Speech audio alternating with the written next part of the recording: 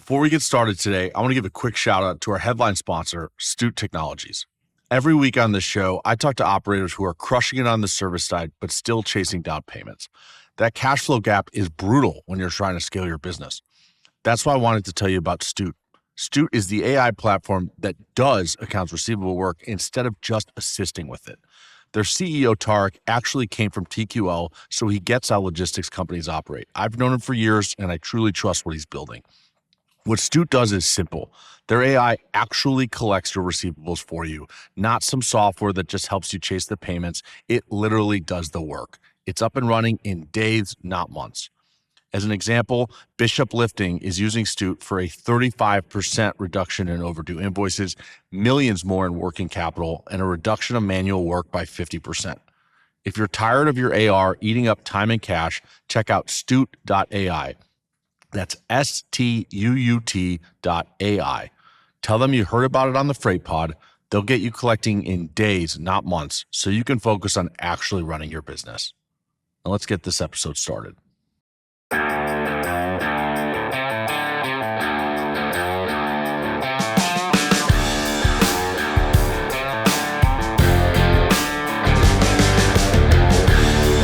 Welcome back to another episode of the Freight Pod. I'm your host, Andrew Silver, joined today by a very special guest, our new headline sponsor, and also someone who I've been friends with for, over a decade now, through the college years, Mr. Tarek Alaruri.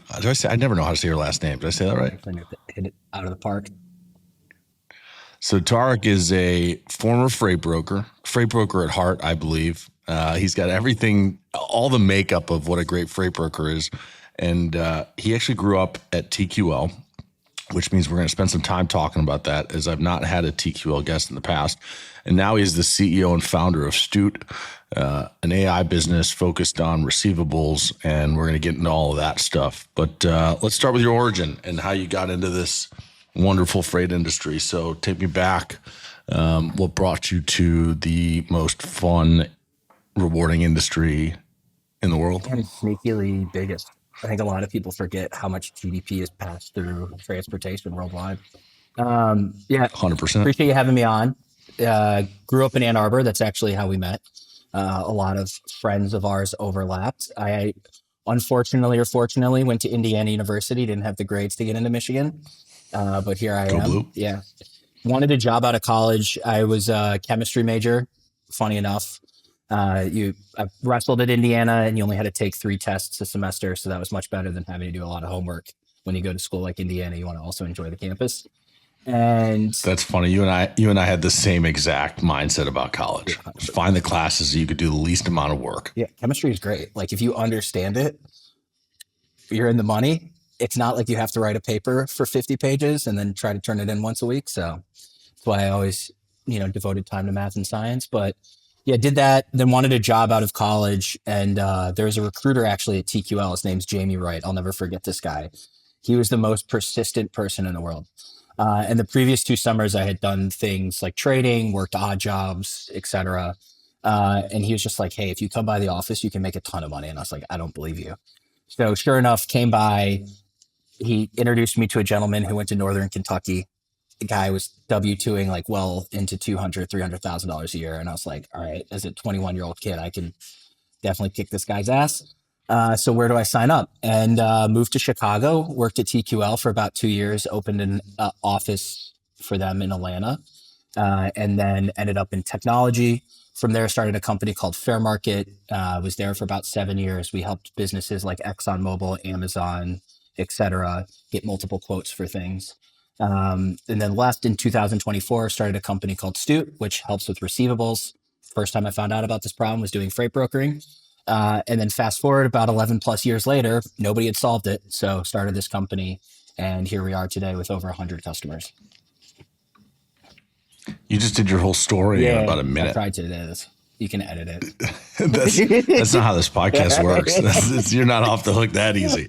We're going to go back. We're going to spend some time. What we're probably going to do is spend meaningful time talking about kind of TQL and just your freight brokerage knowledge in general. Because you weren't just a broker. You eventually were kind of a consultant on the brokerage side. And I consider you one of the smarter people I know in the industry. So I can't believe I admitted that out loud to you, but Damn, dude. I just think there's a lot of insight that you have that will be helpful for our audience. And then we're going to spend meaningful time talking about what you're building out at Stuut. So like when you first got into brokering, like what was it about it that you loved? Like what did you see as like the real pull on why you wanted to do it? Was it just the money or was there something else? No, it was the problem solving in real time. Like it's such a complex, I guess, where there's multiple nodes of decision making that you have to do.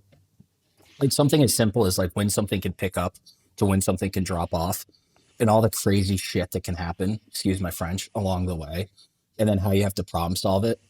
Whether it's like, truck breaks down, you have to find another truck to come and transload this and you have to like cold call a bunch of warehouses. It's the ultimate way of like trying to solve a problem that's not digital.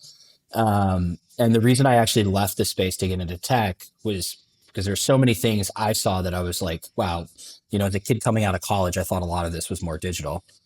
But the fact that you're faxing paperwork over for like insurance claims well into the $100,000, like this is crazy.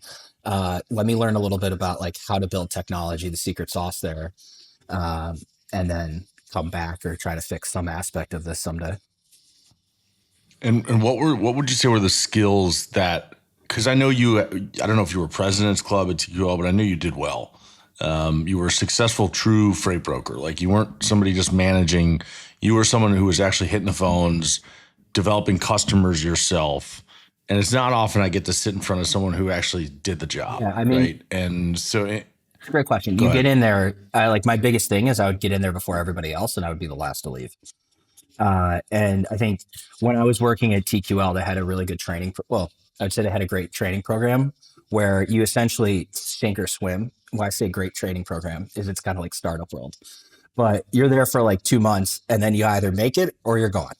And I love that kind of environment. It's not for everybody, but I was helping underneath another broker learn how to do it and then just started ripping dials into larger businesses. I think one of the unlocks that I had comparatively was at the time that I worked there, not a lot of people had called Fortune 500 companies, which is to me was kind of a crazy thing. I don't know if it's still crazy in the freight industry, but it was like, hey, XYZ giant Fortune 500 or Fortune 50 company probably moves stuff. And it might be somewhat regulated, somewhat not regulated, but you could probably figure out that it gets from point A to B and let me help you do that. And I think really just like little things to land some of those customer accounts, like, calling a head of supply chain every day for the same time for a month straight, and then sending a follow-up email until they took a meeting with you is pretty fun. I enjoy that kind of stuff.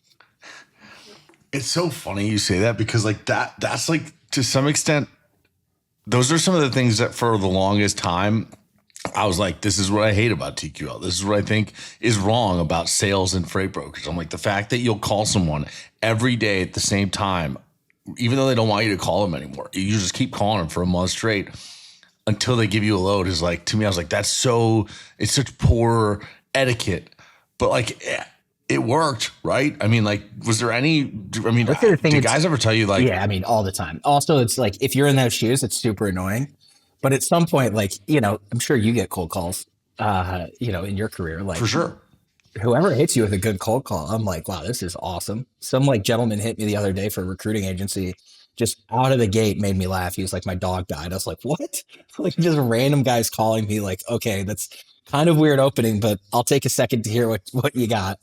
But I think the persistence that it teaches, because it's, very sink or swim mentality, at least when I worked there, helps in a lot of aspects. Like when you're starting a business, as I'm sure a lot of your listeners have done or might even do, you have to take that same approach to a lot of other things that might not just be sales, whether it's recruiting, fundraising, receivables, like getting your customers to pay you.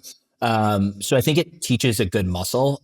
Obviously, if you're calling a customer to sell software, probably every single day at the same time, might be received well, might not be received well, but I mean, persistence pays the bills. And, I think one of the most famous tech companies, Oracle of all time, is known for their sales muscle and being one of the most aggressive sales company. And look at where they made it. Yeah, it's so interesting because like there's two sides to every coin, right? And like I agree with you that like that the idea of learning to not take no for an answer and that failure is not an option, and that you're spot on that it's not just sales. It's more important. The better way to say it is that sales is everything. Recruiting is sales. Receivables is sales. So many functions in any business are truly sales, because it's about how can you get someone on the other side to give you what you're looking for or to give you what you need. Like when you think about receivables, you don't think of it as a sales function. It should just be like, hey, you owe me money, so pay me on the terms that we agreed to. But like that's just not how the world works. Like there are other things going on in someone's business. There are other priorities they might have, and you have to do this dance to figure out how do you get their priorities to align with yours to pay you in a reasonable fashion. And then in your business, it's like how do you leverage the right resources to do it as efficiently as possible. But we're not going to talk about that yet. So, but I think it's like I've been on the record state, and TQL is such a controversial, and controversial maybe not the right word. Yeah, maybe it is, topic in the freight industry, because, and I'm in the camp that 10 years ago, if you asked me about TQL, I would have said like, yeah, they represent like so much of what's wrong with the industry. Today, there are a lot of things I look at TQL and I'm like, they are pretty dang good at what they do. And, you know, I remember I'm on the record before I got fired of telling my partner as part of our hiring plan, I was like, I want us in our sales to be more like TQL. I thought we coddled people way too much personally, like me. And our approach was like, we would make excuses for why people weren't succeeding in sales. And those excuses, I always were focused on us. It was like, we didn't train them well enough. We didn't give them enough marketing material. We didn't give them enough this. We didn't give them enough that. And that's why a year in, their numbers aren't good. We should give them another 6 months before we pull the cord. And what ends up happening in that type of environment is you just have dead weight that sits around for a lot longer than it should. And I remember telling my partner, like, listen, we only have 30 salespeople. I want to hire 75 salespeople this year just on the customer sales function. And I want it to be like a TQL environment where it's sink or swim. Like within 2 months, we should know if this person can cut it or not. Can you talk like that environment? Like what were some of what you felt were like the big pros of that, but also what were some of the more challenging elements of it, like some of the drawbacks? I think with everything, there's a positive and a negative. And so, you know, it's like anything in life. And it's not just the freight industry. It's what I learned that deals with like think or swim mentality, training, et cetera. You know, if you look in tech, for instance, there's a gentleman, his name's Jason Lemkin, but he has a thing called SaaStr, and he writes a lot of content on like best practices for tech companies that are fast growing. And he, a couple of weeks ago, actually published an article about like, when do you know it's time to fire an executive or somebody? And the resounding of like polling a bunch of executives was actually like, when you have that gut feeling that somebody's not going to make it, there's really never a time that they're going to make it. Like you've never looked back on somebody you've parted ways with that you've had like the intonation to be like, or the like internal feeling where you're like, I just don't know if they're going to make it. There's really never been a time in your career where they just like all of a sudden become your superstar employee like 8 months later. And I think a lot of that aspects, like the more I think about it, is like not everybody's a really good fit for the companies that they work for and the profiles of the companies. Like I do not think I would do well in a lot of companies, but then I might excel at a company like TQL just because of the culture that I'm in. And I don't think a lot of people would work well at Stuut. But they might work really well at like an OpenAI, an Anthropic, or a different type of company just based on the culture that you built. And so to answer your question, I think, you know, there's plus and minuses with everything. I think one of the things it does is it weeds out employees who should not be there, especially if you're looking at a, you know, space where you're taking people that are more junior, you're trying to have them learn skills. You kind of figure out who's a self-starter pretty quickly and who's not, because they figure ways around the system or through the system, and they're pretty successful. The other thing is, you know, it teaches that persistence. I think, you know, because of that and where the space is today, I think things are changing in terms of what you can automate, what was low cost labor, whether it's in transportation, whether it's in other industries too. But I think a business like that's always going to be successful as long as it's like founder ran and there's the core DNA of the people who are like built that around it, because it's going to gravitate to people that are like that are successful. Sorry if that's like a roundabout answer. No, it's not. And it brings up an interesting comment that someone else made. There's a CEO, I don't want to out him or say his name because I don't know if you'd want me saying this, but he's one of the fastest growing brokers in the industry, a good friend of mine. And he basically was like, I think one of the pieces of the pie that some of these M&A deals don't understand is that founder-led growth is like the key to sustained growth in brokerage. And as soon as you remove a founder, you're likely in a lot of trouble. And so I'm curious, your comment just now of like, as long as the founder is still running the business, like talk to me about why you think founder-led growth is important and what, like, a little bit more meat on kind of that concept. Yeah, I guess to give you a direct example in tech, you're essentially building a product from scratch and you're getting customers early on to believe that you can solve a problem for them and the magnitude of the problem. And, even if it's a company the size of Databricks, ServiceNow, et cetera, like somebody still wants to talk to the founder. And some of the companies that sold early on still want to call, like a TQL example, like, one of their biggest customers probably wants to talk to Ken Oaks on the phone at least once a year. And so when you remove that, you're also, changing the DNA or changing the company. And so, I'm a big try to lead by example. Like I still make cold calls here. I still actively close deals. I ship some things in coding every now and then. Like, try to lead from the front is something I believe in because it's like, having worked at TQL, everybody kind of led through the front and you kind of worked with people that fit the same mentality. And then I've worked places where they don't lead from the front and you have people telling you what to do. And that's like the worst thing ever, at least for me. And so, huge believer in that. And so I think if you're kind of cutting that out or trying to change the culture, you're going to have a lot of employees who believe in that philosophy. And it's pretty much true for other verticals than transportation, software, AI, et cetera.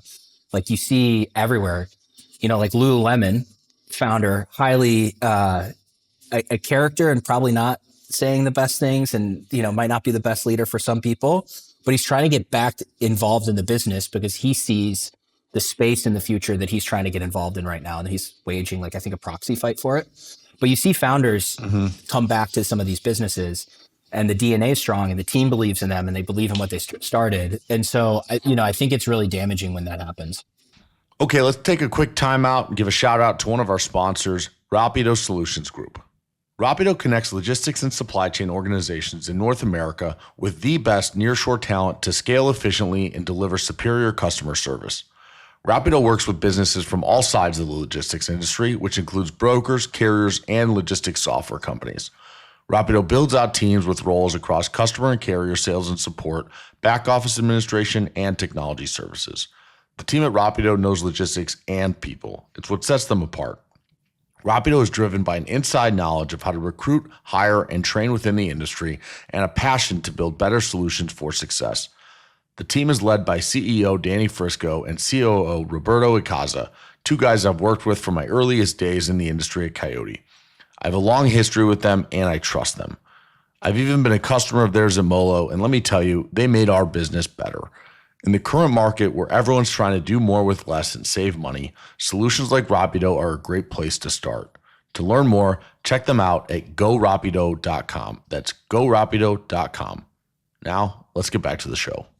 Yeah, I agree with everything you said. The other thing that I'll add is I feel like, and I just was thinking about this yesterday, and I think it relates, is part of the founder's job or part of the founding team's job is to make the employees feel something. Like feel something that gets them inspired, motivated to like show up and do the job. And it's not like it's not in the job description of a founder, but like it is your job to make them feel. And I feel like if you're doing a good job as a founder over time, that permeates throughout the business and others can step up and take on that role and also help people feel like, because as you grow from 1 to 20 to 50 to 100 to 500 employees, by the time you're at 500 employees, it can't just be one person who's makes you feel something when you show up to work every day. There have to be 50 or so who are like fully bought in and they learn from the first person, leading from the front. But I feel like the challenge is when you remove a founder, oftentimes it kills a little bit of that because you don't have someone showing up every day who feels responsible, who's responsible for making people feel connected to the business, feel motivated and inspired to like live out the values of the business. And if that kind of spark goes away, if that, flame goes out, eventually it goes out for everyone. And that's why you see, I feel like a lot of times these businesses, when the founders leave over time, they just start to stagnate. And once they stagnate, top people start to leave. And then eventually you're just left with kind of what you hope is, I don't know what you're hoping for, but it's not great. I don't know if that makes sense what I'm talking about. It does. I will caveat that. Have you read Amp It Up by Frank Slootman? That's Tell me about it. Unbelievable book. So he came into Snowflake after it was incubated in the Bay Area. But he essentially built the business to who it is or what they are today. He left recently. But his whole book, it's about 250, 300 pages. It's great. It's just like, there's no time like the present to have that conversation, to do it. We need to operate on like maniacal focus and maniacal urgency. He wasn't a founder of the business, but he made the business to who it is. And a lot of the people who like came to work at Snowflake are huge Frank Slootman fans, and they wouldn't work for anyone else. So I think there are exceptions to the rule, but to your point, like people are joining a company because they want to believe in the mission, the core values, and like what the outcome is that the team's all aligned on. And, I think right now it's maybe trending differently, but if we look at the last like 10 to 20 years of hiring, it was definitely an employee market versus an employer market. And so, as a founder, you owe it to the people that are putting years aside to your life that like, hey, you're going to try to deliver on this mission and I'm going to give it everything I have. Because a lot of people that join you early on, they can work any fucking where they want. They don't have to work at, Stuut, Fair Market, Molo, anywhere like that. Like these are smart people. And so you owe it to them more than they owe it to you. And so 100%. One of the things you have to do is you have to deliver on that. And so, to your point though, when some of these companies rip out founders or the founders goes to Hawaii and then lives their best life on a goat farm, they lose that bit of the culture. Yeah. And I agree wholeheartedly. I mean, I feel like I remember that. I think that was one of the things I felt like we did really well early, and at least early, was like, we felt so responsible for the well-being of our employees that it was like a real feeling every day of like, we have to give these people the best possible experience or they will go somewhere else. And I'm curious to what you're seeing in the market today, because, 5 years ago, it was definitely fully an employee market. Now all you hear about are layoffs, largely. And I'm curious, like, has there been a shift? Are we back into more of an employer's market that you're seeing? To answer your question, it's a great question. I think it's bifurcated. There's always a place for the best sales reps and the best engineers, no matter what you do. Like the 10X sales reps and the 10X engineers. One of the biggest misconceptions I always see is when people have like layoff lists or they were at another company. It's like, if they were so good, why are they leaving? Usually there's one of two reasons. One, they were probably not a fit for that culture.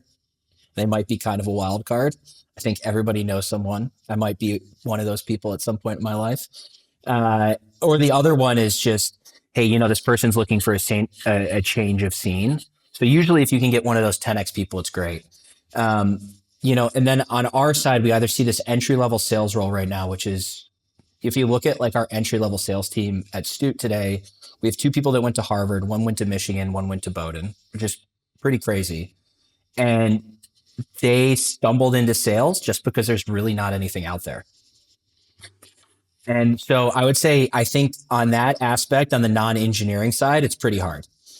But that being said, our more junior engineers, we get in very competitive situations if they're leaving like top schools like Cal.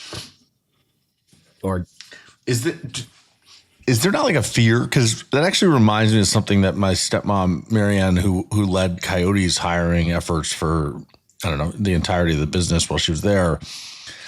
In 2008, we were coming out of that recession, or 2009. And I remember she told me she was getting a bunch of finance people applying to work at Coyote because they couldn't find anything else. Like these finance undergrads applying to be freight brokers. And she's like, I never wanted to hire any of them because I just knew I'd have them for a year or two. And then as soon as the market turned, they'd be gone off to whatever finance job they could get. I'm curious, like, you've got these Harvard and then, even better school, Michigan and Bowdoin Shout out to Go Blue. grads.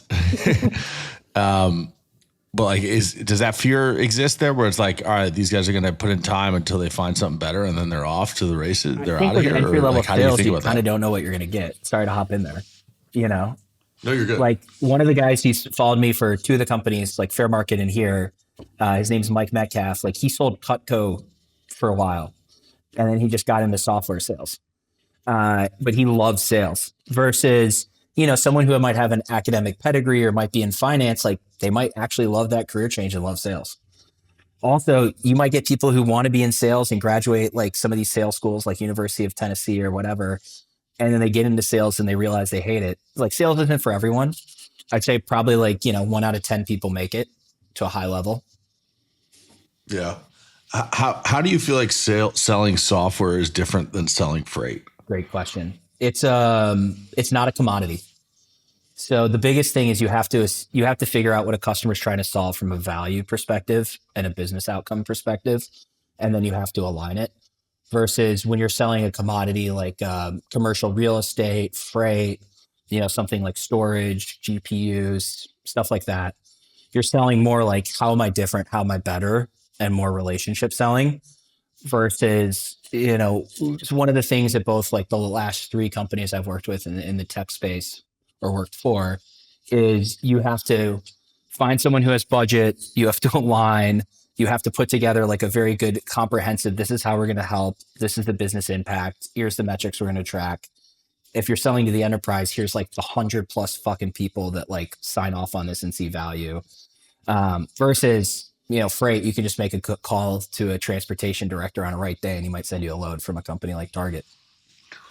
Yeah. I mean, how hard was that for you personally, going from the world of like, I'm just going to bang on the phone until someone gives me a load and I got to get a load in the next 2 weeks, to now it's like, it's expected this is going to take at least 3 months to get the 10 decision makers all to even look at my proposal to maybe have a chance to sign this deal? Like, what was that for you personally, like to kind of navigate? It was definitely a learning adjustment. I had great managers and great people I worked with who like, I wouldn't say I'm the easiest person to work with sometimes and the smartest person. And so they, help bash it over the head. But I can remember my first manager, his name's Grant, but he was hilarious.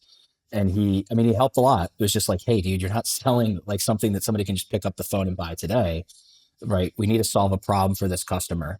And so, I was very fortunate to work at a company. We got bought by IBM, but I learned a lot. Like, there's pluses and minuses, like I said, of everything. And like, as easy it is to call, say, that transportation director at Target and maybe get a load, it's also equal and as competitive to get in the door or lose that business. Where like being in tech, it might be harder to win a deal, but making sure that you deliver on that, there's a lot of different components that are outside of your control that you don't have in freight. And that's got to be hard because in freight, like, yes, there are certain things that will be outside of your control, but most problems as a freight broker, like if you're the salesperson managing your account, you can solve most problems if you're willing to put in the time and effort. Like, truck falls off your load, maybe in TQL world, you might have booked that load yourself. In the MOLO world, there was a carrier rep who did it. But even if it's 7 o'clock at night, if I want to solve this problem for my customer, I can go find a truck myself, even if it's not my primary job responsibility. But in the software world, like, if you agree to something and then you realize like this product hasn't shipped yet, or this part has like you're not there yet, like there's only so much you can do. In fact, it's maybe nothing. Like, what is that like? You mean vaporware? There's a lot of tell me more. There's a lot of famous tech companies that have, if you search online, that have built vaporware and massive businesses on vaporware. But I think, one of the reasons like my entrepreneurial journey started was because I wanted to manage more of the full life cycle and being able to like help deliver. And, to your point, when you're in sales for a tech company, you don't have control over that. You want to like learn how that you can actually have control, how you can code, how you can work with the team, how you can build product, etc. So that part is challenging. I do think, one of the biggest things that I've seen as like an indicator of success is how quick people are willing to like learn the use case and sell exactly what you're supposed to sell in tech. Like, what is the exact business case that everyone else is selling, and how do I do that per a playbook? Where I think, transportation or more of like a commodity sell is like, how do I go outside the box a little bit and think creatively? And so, I think that's one of the nuances is like, how do you learn the basics, blocking and tackling in a value-based selling? And then how do you go from there? It's a little bit challenging. And then to your point, there's a lot of stuff outside of your control the bigger businesses get. Like if you're selling for Microsoft, like, you're probably nothing's in your control there. Yeah, that makes sense.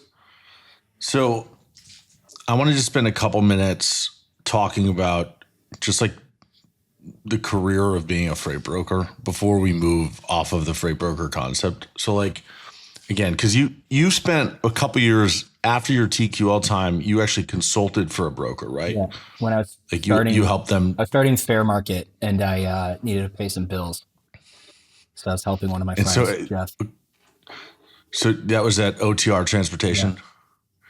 And so I'm curious, like from your perspective, like what are some of the most important elements? Like when you're thinking about if someone came to you and was like, hey, I'm going to start a freight brokerage tomorrow, give me like the top pieces of advice you would give for how I could be successful. What are from a system standpoint, not like what company should I partner with, but like organizationally, what am I looking for in terms of people? What kind of structure should I create for the business? What's most important for me to get going? How would you answer that? So there's a couple things, right? I think your first question is like, what would you use from a people perspective, which I think we spent some time talking about. I'd say like number one on people, it's like, Bear Stearns. I don't know if you've ever seen us floating around. It's like, give me poor, smart, determined.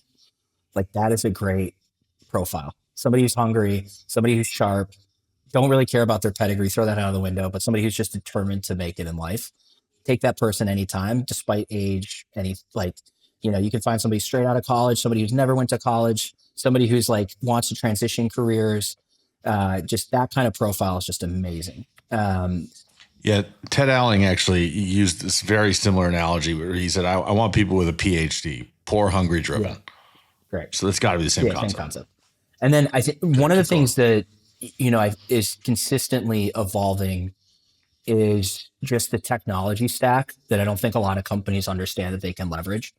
And when you're, a company of our size, we're about 50 people now.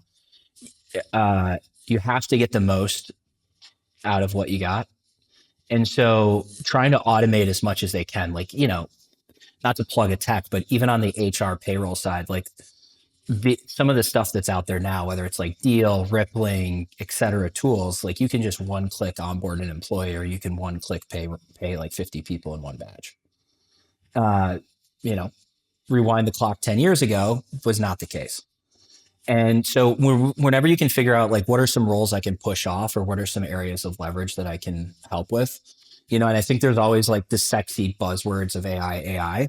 But if we break it down from like, okay, on the marketing side, there's probably some tools that can create content for me. There's some things that can do like, brand recognition, whether it's like podcast design, et cetera. So can I use some of that stuff at a much lower cost than like hiring a third party? And then on like the demand gen side, hey, there's like, we're using a tool called Nooks, but you can parallel call like 8 people at once from a local phone number. So like I can cold call you and it can call you from a local Chicago area code. And I can knock out 8 of those at a time. So like that's. And is it you? It's you or it's a bot? No, it's me. It'll just all of a sudden connect and it's me. Because like you don't want to cold call via a bot. What happens if you dial 8 and 8 answer? Yeah, I mean that is a problem. You got to be quick with like hanging it up, and you can't like multitask when you're on this thing. But it's great.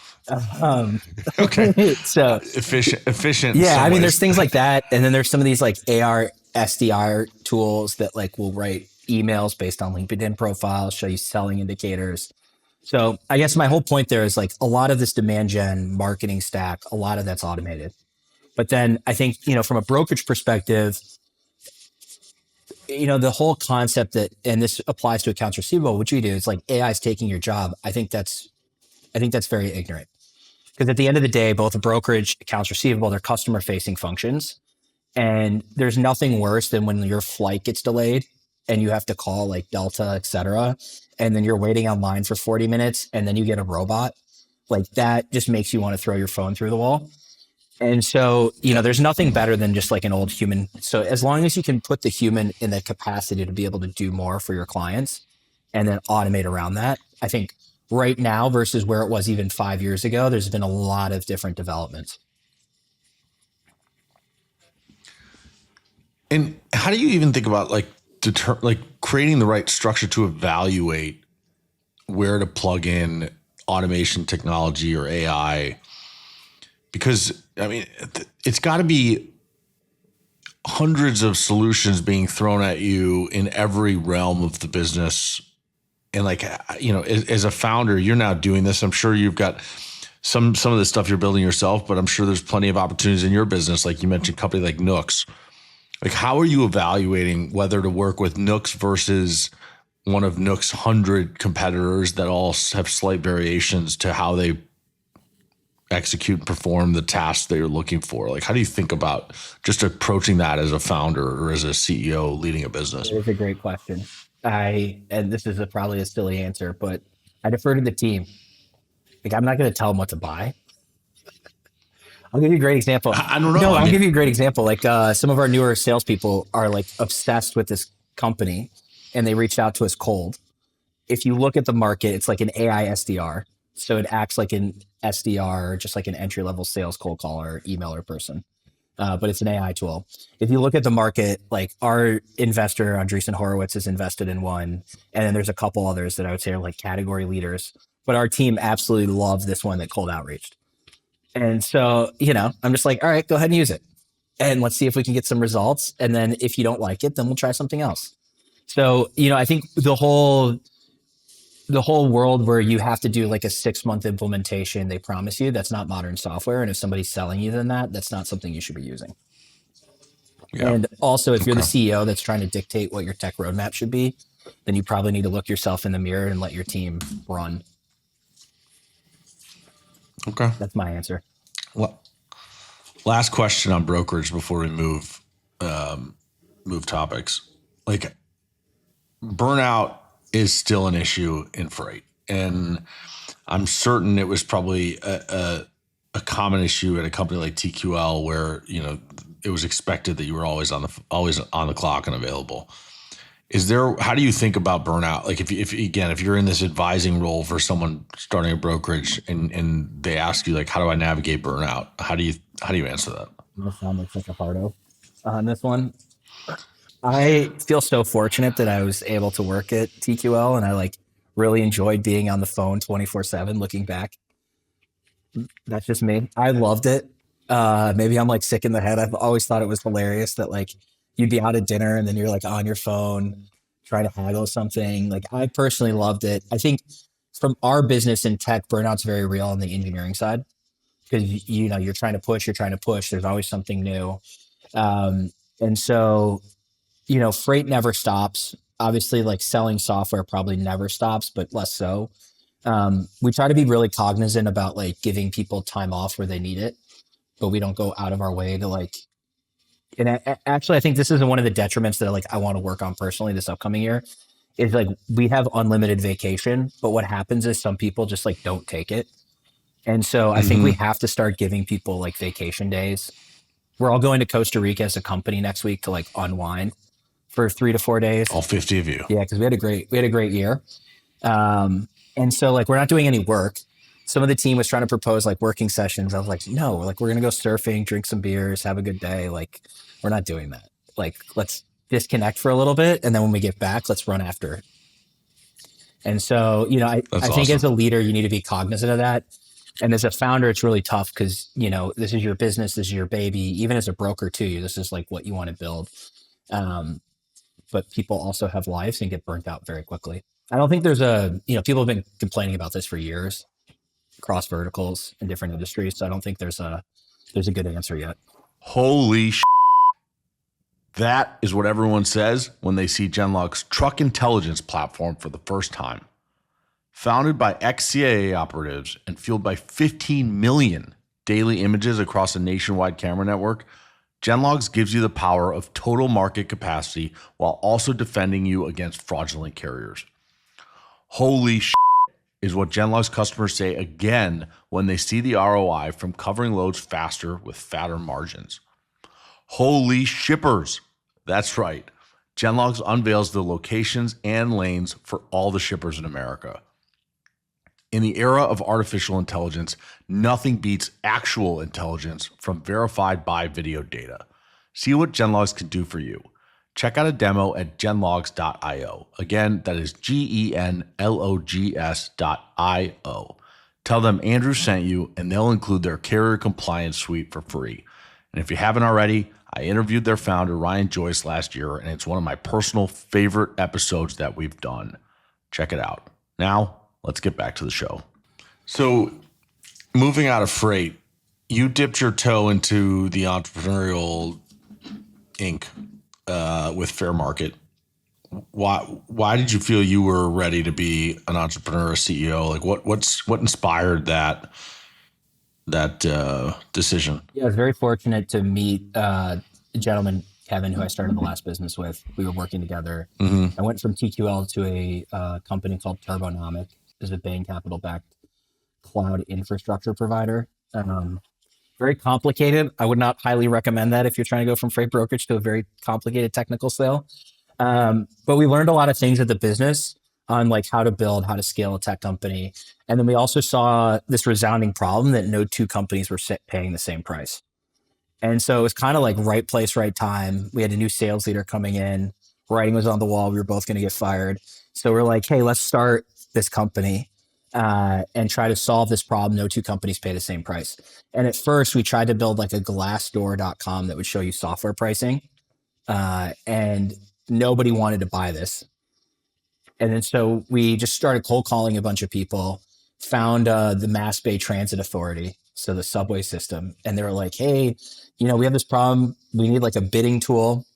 We'll pay you several, 6 figures for it. We're like, all right, great. So we built it and then called a bunch of other people and they're like, hey, we could use this too. And the rest is history. And you were at that business for 6 years? 6, 7. How long? So started 6, the new 7. company in the beginning of 2024. Also got married and had a kid. Congrats. So 6 years, the company was doing well, and you had the, I guess, guts to say like, I'm out. I want to go build something else. Like, what was the pull? Like, why Stuut? Why'd you make that decision? Yeah, so there's two sides of the world. One is like, I need to save money, which I'm sure a lot of your audience gets. The other side is I want to make money, which I'm sure a lot of your audience gets. I was on the I want to save money. So like, how do we help get quotes? The other side I've never been on in my career is like, how do I help a business generate more revenue? And for my time at TQL, my time at, Fair Market, and even before that, for like 40 years, accounts receivable has been this really messy space. You have like older software providers out there that have had like billion-dollar outcomes. There's a couple that are public, but like no true category winner. And then every single person I know complains about it. We sold all this stuff. We need to get paid. And so, at Fair Market, we had like 4 people doing it. And I was just like, hey, this is a highly fragmented space where everybody hates the tools. And like, I'm sure there's a better way to do it. And so that's why we started Stuut. Yeah, I mean, it was the least interesting part of the business to me. and I don't say that for no reason. I think we're all different. Not all entrepreneurs are the same, but sales-minded entrepreneurs, I feel like there's a lot of glory in the sale, right? There's a lot of fun in the sale. You celebrate the sale, but the sale is not worth anything if there's not a payment that comes through, whether it's in 15 days or 30 days or 45 or 60. And that part's just not fun. Like, I mean, that was the least fun part of the business, but it's maybe the most important, because the sales numbers don't mean anything if the corresponding receivables don't come in. So, why did you feel like you were even qualified to approach this problem? I mean, is this like, you don't have any expertise in it? I mean, I guess you've worked in sales certainly, but why were you the guy? That's a great question. I don't think you're the guy for anything in life or the gal for anything in life until you start down a path and you become very determined. This problem drove me crazy personally, having done it. My theory, and I think I saw this firsthand a little bit at TQL, was that you have these bigger businesses that act as nodes, and then they have all these like subcomponents of these nodes in a network. And the bigger companies, like let's just take Walmart. It's not like Walmart's not going to pay you. The reason Walmart's probably withholding the payment is because in the transportation space, you might have forgot a lumper fee. The truck might have been late. So you might have like a $20 million payment from Walmart that's held up because you forgot to subtract $150. That happens in software. That happens in medical devices. It happens in pretty much every industry. That a lot of these technical issues are the reasons that payments are held up from business to business sales. And so, you look at what AI is really good at, it's being able to extrapolate a lot of data, make a statistical guess, and put it right in front of you. It's a great application for accounts receivable. And so that's why we started the business. And so what our customers see today is a 40% reduction in overdue invoices in the first 6 months of using the tool. How does that happen? Like walk me through that. Yeah. So we deploy on top of your ERP system, which sounds crazy, but it's just essentially like your financial system. So it could be QuickBooks, NetSuite, SAP. Usually if it's digital, it's up and running right away. If it's an older system, so some of our customers like Honeywell, PerkinElmer, they might have an older system. We'll just sync files to and from, and we can get that up and running in about 3 days or less. And then we sit on top of your bank accounts and then your customer success system. So we essentially see everything post-sales. And our goal at Stuut is not to just be like an accounts receivable company forever. It's really to help companies handle everything post-sales, to your point. You love the glory, you love selling, but you might have forgotten this invoice. You might have forgotten to subtract this. You have to submit it into this portal of theirs. We can help automate that whole process. So we hook on top of those systems. We see your invoices. We take in all your business rules, and then we start just automating a lot of the manual things. So to give you a great example, in the MOLO days, you sent one of your customers, hey, here's your account statement, you're past due. You just moved offices. The customer replies, hey, can you send me a new updated W-9? Historically, somebody in your finance team would need to respond with the W-9 and then be like, hey, when do we expect to be paid? You have net 30-day terms. We can automate that whole process today without a human being touching it. And for the MOLO side, the person in your finance team doesn't want to have to send out that W-9. They don't want to have to remember that. Like you're also probably tasking with FP&A, travel, entertainment, like a bunch of other things fall under their purview than just like collecting bills. Mm-hmm.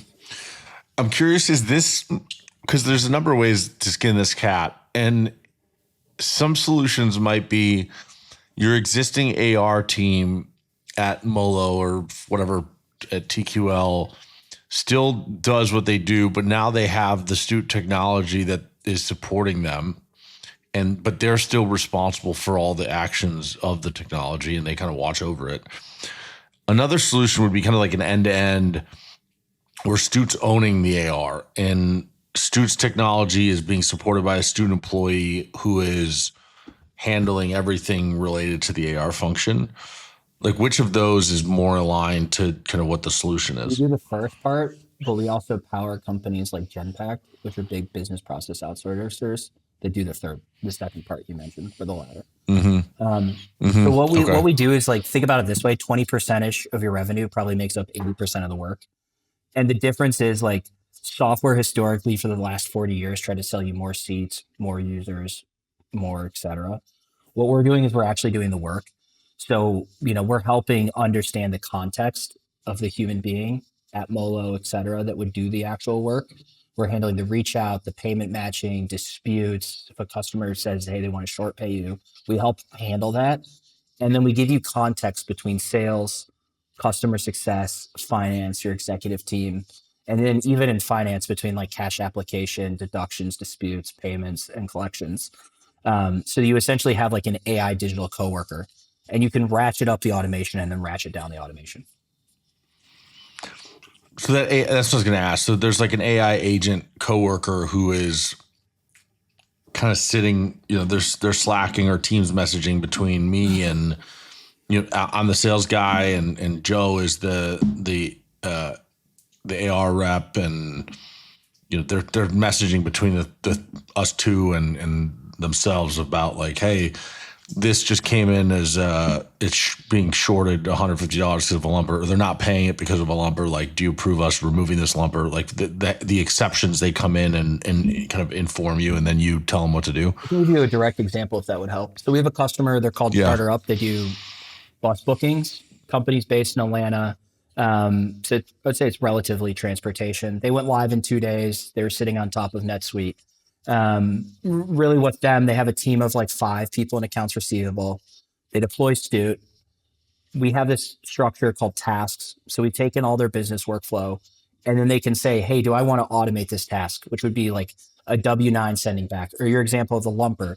Hey, this customer saying it's a $250 lumper versus 150. We've identified the documentation to actually say you're correct. We wrote this email for you automatically with the documentation attached. Do you want to press send? Or that task would be to press send. So, their team would click send, send, send. After a couple times of doing it, they'll get prompts that will say, hey, do you want to automate this in the future? So within like a week, 2 weeks, the users in finance aren't actually handling things. They're just handling the exceptions. So back to my original point, like if your customer's frustrated on a dispute, like say they were really hot and bothered on that lumper fee, and it's like, you're going to lose them as a customer, that should be handled by your customer success account management team. It shouldn't be handled by finance. And so we want to flag those for you automatically and let a human do that versus technology. I feel like that's a mistake companies make, is letting finance talk to the customer about like real issues versus letting customer success or sales, who owns a real relationship, like handle that. And I'm just speaking from my own experience of like, just I think it's not prioritized enough navigating, at least in the brokerage world, some of these finance issues that come up, and just thinking it's a one-off thing that you're like, just let let AR handle it with the customer. And I don't know, this is not kind of to the Stuut solution. It's more just my anecdotal thought about it. To push back a little bit on that and like defend finance and take the counterpoint, they don't have a lot of context in what we're doing or what your team's doing. And so the lack of like, you have, take it a step further, like your sales team or customer success team is definitely not putting all their notes in their CRM or sales system. Like we can rest assured that that's definitely not happening unless you're recording all the calls. 100%. And so what happens is you now have a person in finance where like receivables probably isn't the first thing on their laundry list to do that day, or it might be, but now they're supposed to go in and like try to remediate this issue with zero context. It's definitely like a step for failure a lot of times. And I agree with you, like customer success should be in the loop or handling most of these issues versus just pass to finance. A lot of teams keep like receivables in finance just because it's like a compliance issue. But I think, one of the things we try to help customers with is this coordination between sales, customer success, and finance, where, we can even act, or these emails and calls, we use AI calling as well, can come from the CS team, and it sounds just like a CS person. So, to your point, like there is this world here. It's just an unfortunate situation because they have a lack of context, a lack of data. And then you're just like, hey, can you go get this bill for me? Because you don't really know what like a freight broker is promising a customer on the other end.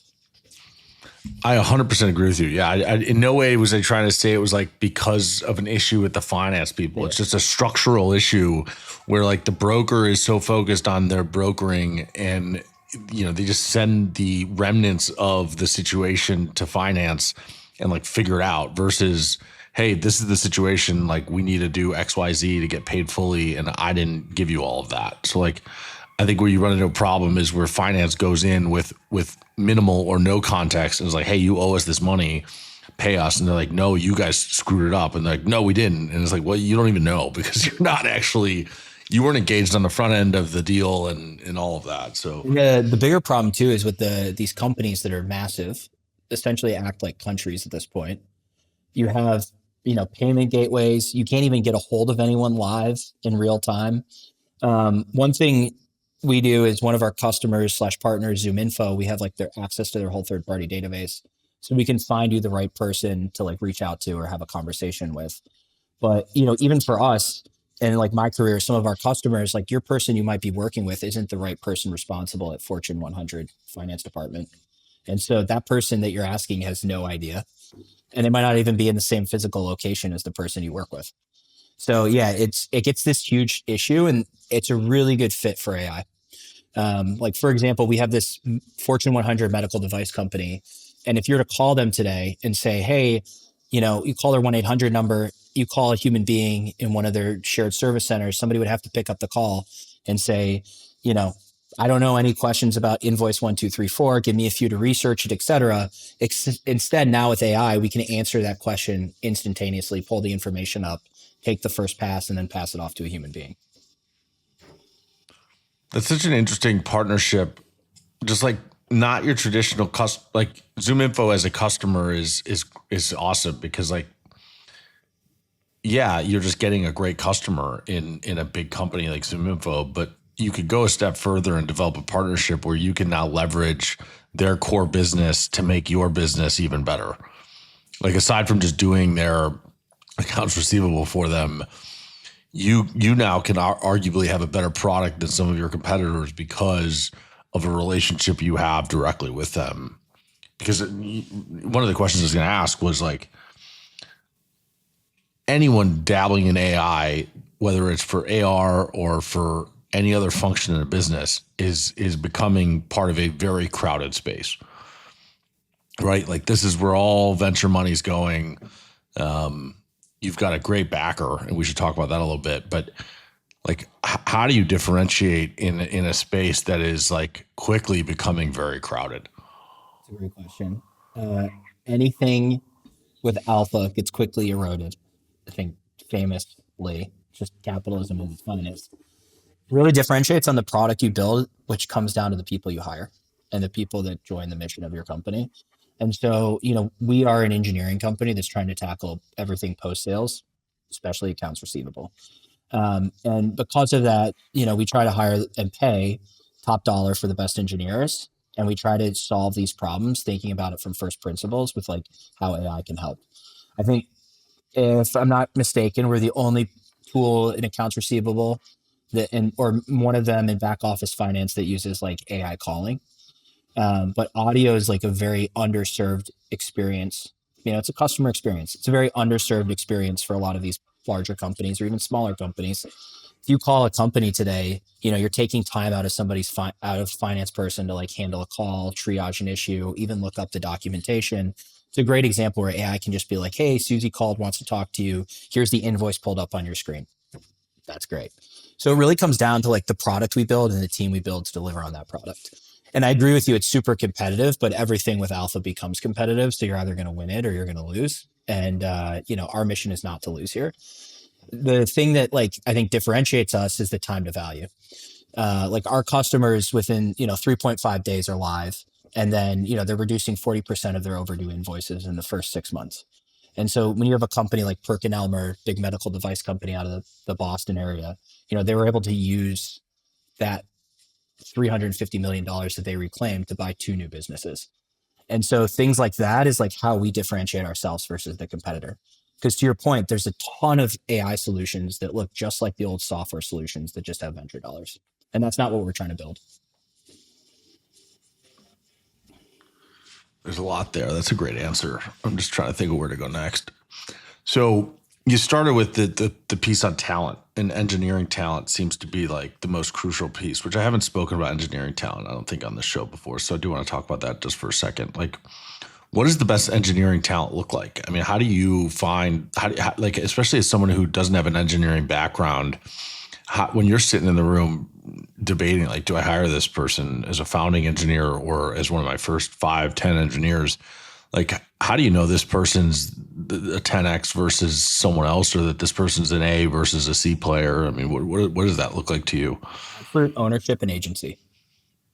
It's the same as sales, or it's the same as any other function. It's somebody who's willing to just talk to a customer, build something or get something out the door very quickly, and like not overcomplicate things. That is a very rare skill to find. And somebody who can just own something from start to finish and is like not afraid to talk to a customer, I would say is the definition of like an A+ engineer. And they're very hard to find. But when you can find those people, it's like worth the weight in gold.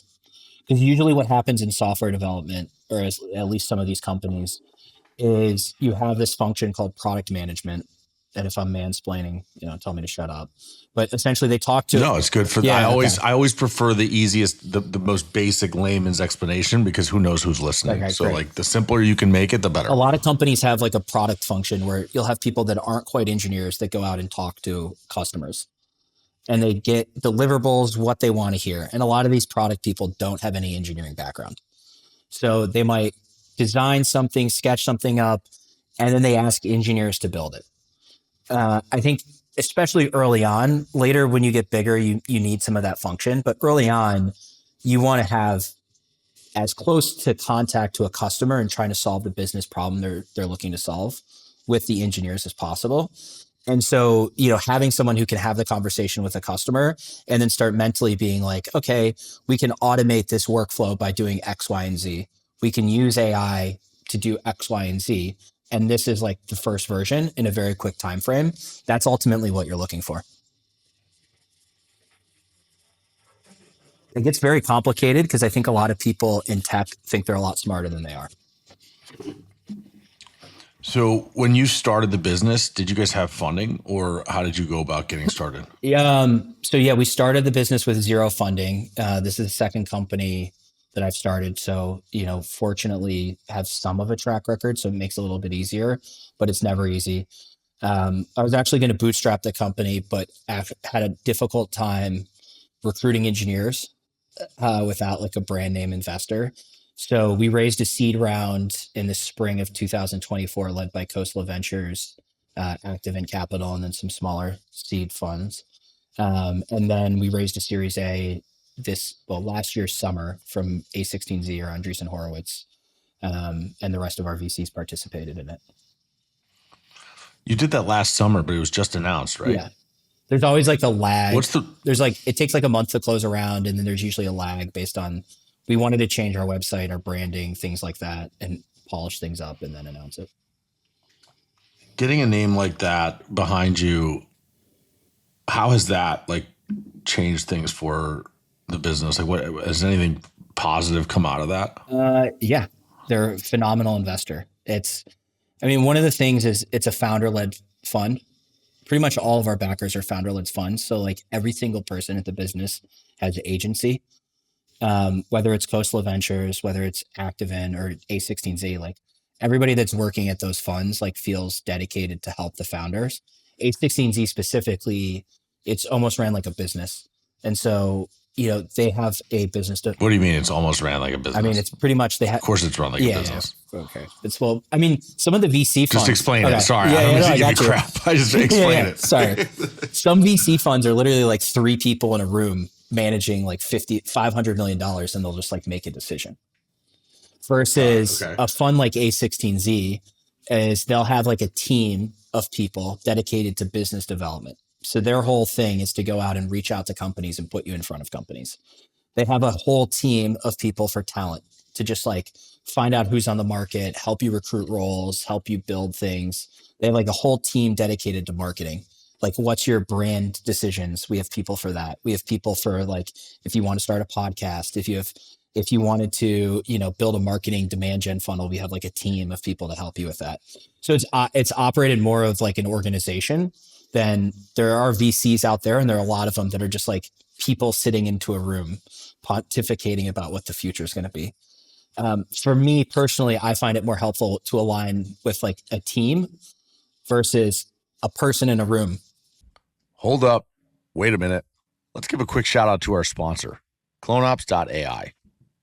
Logistics moves fast. There are calls to make, updates to send, documents to track. Your customers are always waiting.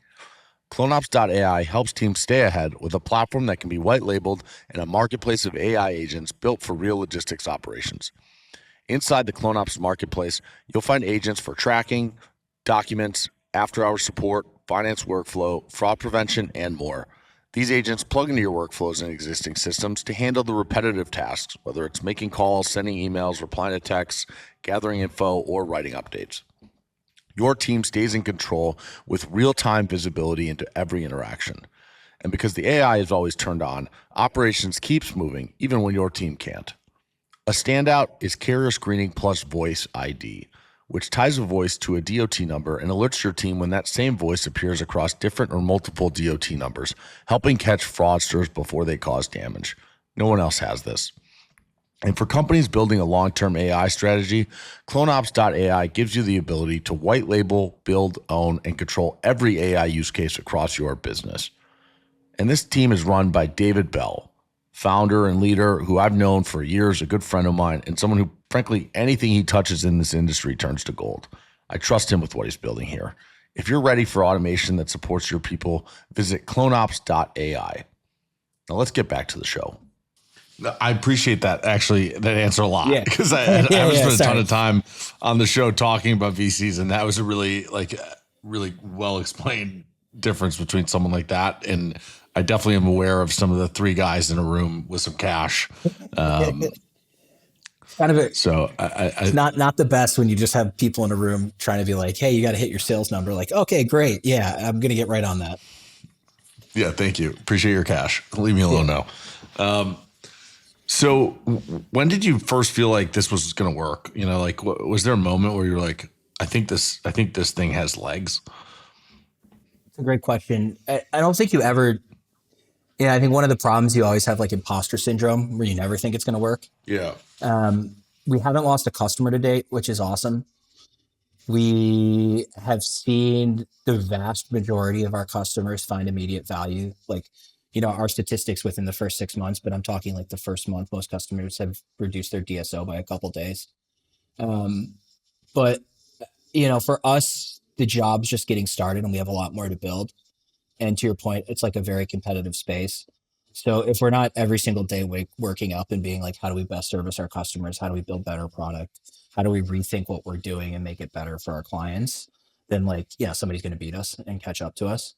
So, I think we have legs. I think we're doing pretty well, but there's a lot we can improve on both internally and externally that we're always looking to better. What's been the hardest part of building the business so far? I mean, there's always crazy stuff. I think one of the hardest parts has been obviously like recruiting great people is challenging and you always have a lag. So when you need somebody in the seat, whether it's customer success engineer, you're really waiting like 3 months, 6 months before you get somebody. That's always hard. I think your problem is always different each week. I mean, these past 3 weeks, if you ask me what's the hardest part, it's commercial real estate in Manhattan.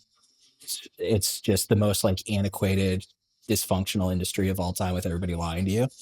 If you ask me in like 2 weeks from now, it might be something completely different. That's one of the best parts of building a business, though, of like being in that captain's seat is like every week there's a new problem that's staring you in the face that you don't know how to solve that you got to figure out. It's fun. At least that's my perspective. I like it. I also love seeing other people tackle the problems and solve the problems without you being involved. That's what gets me out of bed. And it's kind of cool because you didn't solve the problem. And you're like, hell yeah, this is great. What a great day to be alive.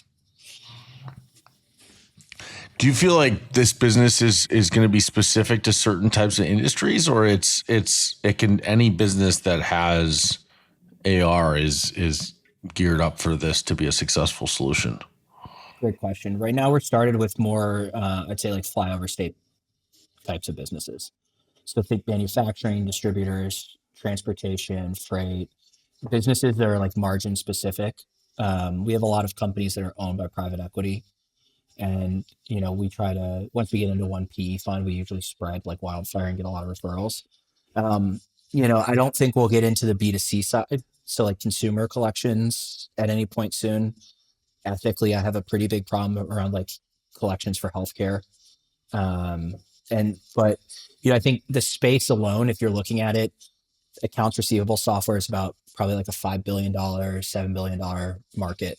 Then if you add the human component in it, you're looking at a $200 billion $200 billion TAM.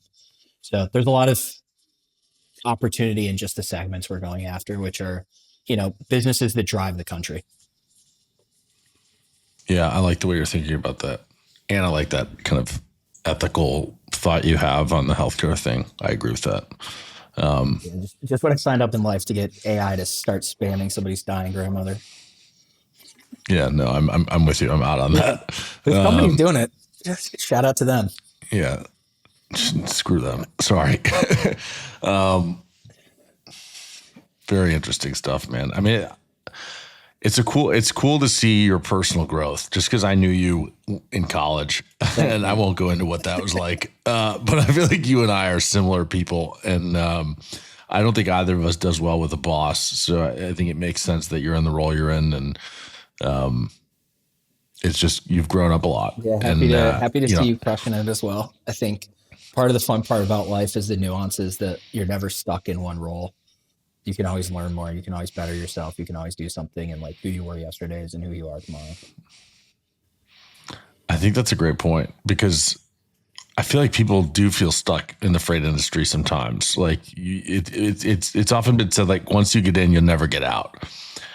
And you got out, not in the, I mean, you're still selling to freight brokers today, but you're not, grinding out phone calls to shippers trying to like, get some loads. You've like really evolved kind of your knowledge base and kind of the work you're doing into just a totally different and different level. My non-compete's up, so maybe I can get back into it after 11 years. But no, I think it's a great business. I mean, you have a $2 trillion business and like, I mean, it is still dysfunctional. You see, and I think the good part for a lot of your listeners and you, if you ever decide to get back into it, is like, you got all this tech shenanigans now flushed out, which is great because you had a lot of the people that are like, hey, I kind of know the space. I'm going to solve this whole space with like a digital marketplace. Like, yeah, that's not working. And so now you have like the real opportunity for people that want to build something iconic and like solve problems for customers. They have legs to run. And so that's, I think it's a really exciting time to build. And, America's manufacturing and onshoring, nearshoring is just starting to kick off. And so like, there's not a better time to be in transportation right now. I agree. I don't know if I got anything else for you. I think I'm happy with where we are. I appreciate you having me on. Big shout out to the Bears. I hope you guys beat the Packers. I do too.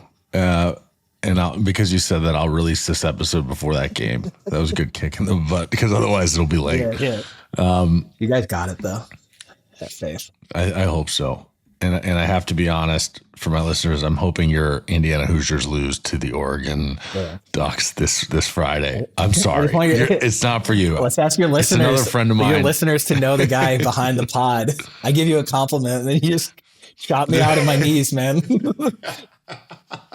It's not a you thing. It's another IU friend of mine who I just can't stand his IU persona. I like him as a person. I can't stand the IU persona.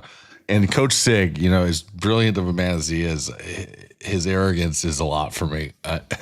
And people probably say that about me, but not the brilliant part, just the arrogant part. All right, brother. Thank you so much for having me on. Great. Appreciate it, as always. And to our listeners, we'll see you next week.